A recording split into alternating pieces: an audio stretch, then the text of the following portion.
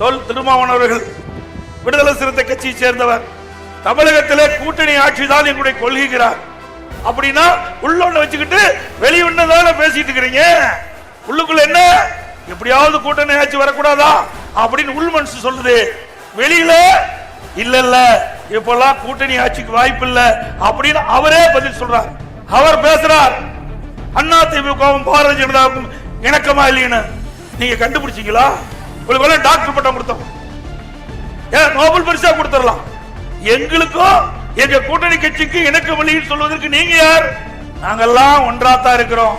ஆனா உங்களுக்குள்ளதான் கருத்து வேறுபாடு இன்றைக்கு வெளிப்பட்டு கொண்டிருக்கிறது. இரண்டு கருத்தையும் திருமாவளவனே அவர்களை குறிப்பிடார். நாங்க சொல்லல, அவர் சொன்னதா இங்க சொல்றோம். ஆக உங்க கூட்டணிக்குள்ளதான் மிகப்பெரிய குழப்பம் காணப்படுகிறது.